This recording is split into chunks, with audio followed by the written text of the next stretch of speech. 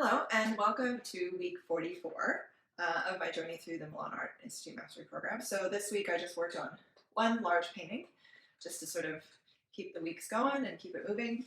So we're in the branding section now, and I'll tell you what we talked about today. So we talked about creating sellable art, and again, like she touches on this a lot, she just keeps sort of reiterating. But I'm a D type, so a lot of my artworks are bold and punchy and like high contrast, and women looking at you, which I do acknowledge is a little bit confrontational, but she said this time, she said that women that are, or people that are looking directly at you don't sell that well. So try to have the people looking away. And if you really want to paint people looking at the viewer, just make it like 1 in 5 paintings. So I've gone through and looked at all my sources. So I have to make some new sources because they're all just like, even like looking at my Pinterest board and stuff, they're all looking at you. So anyway, so this is like, yeah, going back to the money theme. So I'm kind of, last week I was doing like more toned down colors and like the women with the flower tattoos. So I think what I'll do is just keep working on a lot in those two lines as I feel sort of whatever I'm inspired to go with. And then launch them as 2 separate collections. So I'll kind of hold half of them back and launch one, and then I'll wait to launch the other. So the other thing she talked about was the 3 different art markets. So which is like the collectible art market, which is like when people actually want to collect your name. And then there's the decor art market, which is like people just want affordable art for their home. Maybe not even affordable, maybe it's very expensive, I don't know. But yeah, I guess maybe it's kind of a lower price range. And you have to, if you want to be in the decor market, you will have to be able to do a lot of things, like paint in a lot of different styles, paint kind of a lot of work. And, I think the sizing and the dimensions of the decor market are a little bit different than the collectible market in terms of like, maybe you're going to work more sort of longer, narrow pieces to fit in like narrow areas, or you're going to kind of do wide, but narrow pieces to fit above couches or headboards or stuff, where it's like, this is a little bit more standard sizes, like not sort of niche sizes. And then she talked about like how much, she talked about like the conceptual market as well, which is like not what this program is about. So she talked about like what, as the artist, what percentage would you expect to get in these markets, and like, if you're going through an art dealer or a gallery or whatever, like what percentage they take and what percentage you would get, and how many middlemen are in between, which then feeds into the pricing so that you can understand sort of how much price you work for and what you're going to get. So she gave a range of prices depending on, I guess, like how entry level you are versus like how detailed your process is. It takes a long time. And also I think like what country you're in. So the prices, obviously, the prices that she quoted are in US dollars, but I'm working in Australian dollars, and I didn't convert that. So if she says 50 cents, then I say 50 cents, which is much less. 50 Australian cents is much less than 50 US cents. So, so she talks about a price per square inch, and I tried this square inch pricing method before with another mentor, and I couldn't get it to, like, I was like, I could not get this formula to work. I just couldn't wrap my head around it. So I have another mentor that I was learning from before I started this course, and she did linear pricing.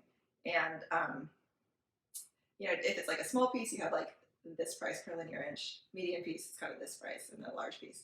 So you have to like have 3 different prices on the linear inch method. And then she gave my other mentor, and I'll give her a shout out. It's Natalie Parker, if you want to look her up. She's in Melbourne.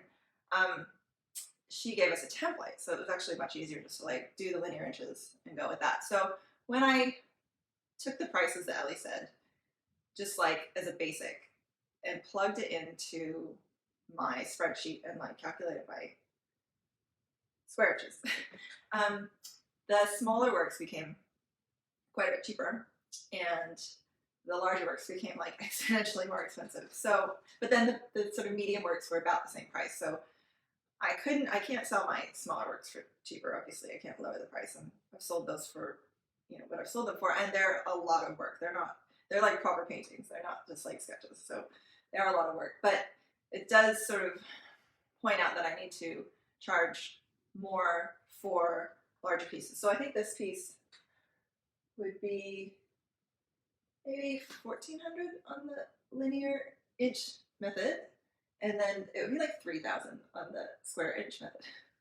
So when I was thinking about that, like I made a column, so Ellie says something like between 50 cents and $3 a square inch or something like that.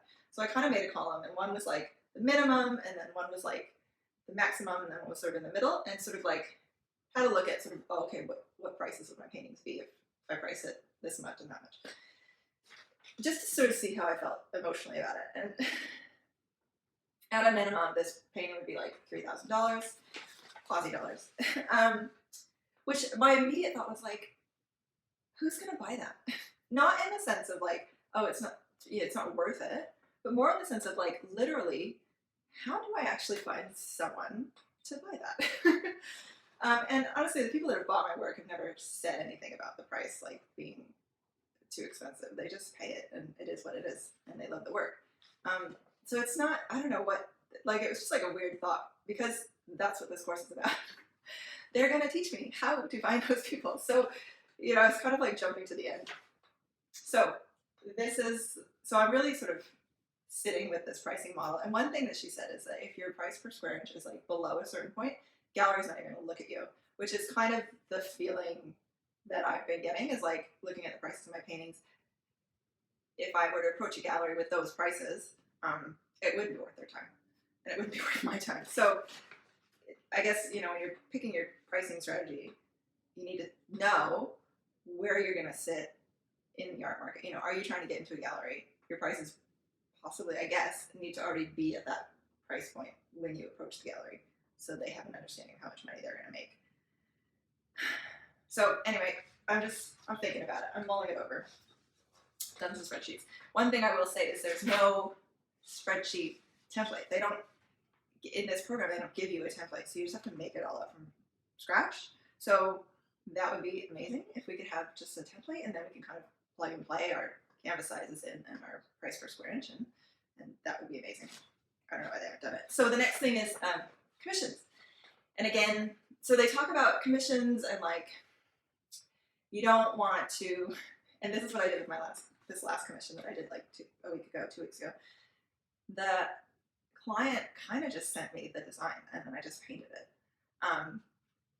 And that is like not what you want to do, especially with portraits. So they said like, you just want to make sure the client understands that it's like going to be an interpretation. You want to keep it really loose and have it in your style. And especially like with portraits, if someone wants a portrait of their wife or whatever, sometimes their wife's like not that pretty. So you have to like modify things to make them more beautiful. And also, you know, if someone's sending you a photo and it's like not a good photo because the lighting's not right for making a painting, which some people have sent me photos where it's just like a really flat light and you actually can't make out the features. Yeah, you have to be able to work into your commission information brief contract that you've got this sort of artistic flair, and it's not going to be whatever it is that they imagine in their heads. It's not going to be that. It's going to be what you imagine in your head. So again, there in the workbook, there's kind of just like a little example, like a very, very basic example of like what a commission form looks like. So name, date, size, blah, blah, blah.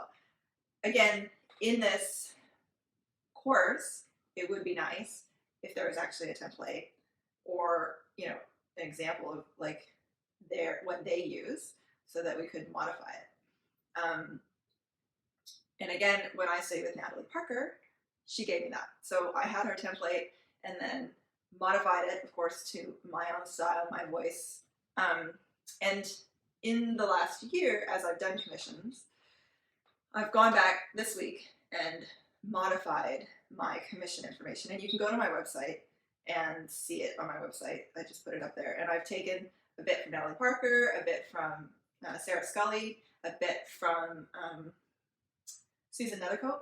So these are artists that I look up to, and I you know, think, oh, they've done it that way. That's really good. And then from my own experience of doing commissions, how I want it to work, what the steps are, what I need from the client. I've also sort of modified it. So you can see the new information there if you wanted to, you know, get some ideas. And then we did an interview with the two people, I can't remember, Chase and Sarah. There we go. Chase and Sarah, saw what they talked about. We didn't really see their work that they made in their projection stage, like over the last 6 weeks, but they talked about their experience. And then, yeah, that was it. So it's kind of a lot. And I guess she didn't say that we're supposed to still be painting or not. Like, the assignments weren't, you know, in the beginning it was very prescribed, like, okay, you are going to paint this painting, you are going to do this wrong. And then as it progressed, it was like, okay, 2 paintings a week, 2 paintings a week, 2 paintings a week. And now, I don't know. I mean, I assume it's 2 paintings a week. I've done one, big one. And then with the pricing and the commission, she told you about it, but she didn't like specifically say, now go make your commission information. So if someone doesn't specifically tell me to do my homework, I may just like not do it. So I've got you watching this, so I'm going to be accountable to you that I'm actually going to do the assignments. Anyway, so I'll see you next week. All right, enjoy.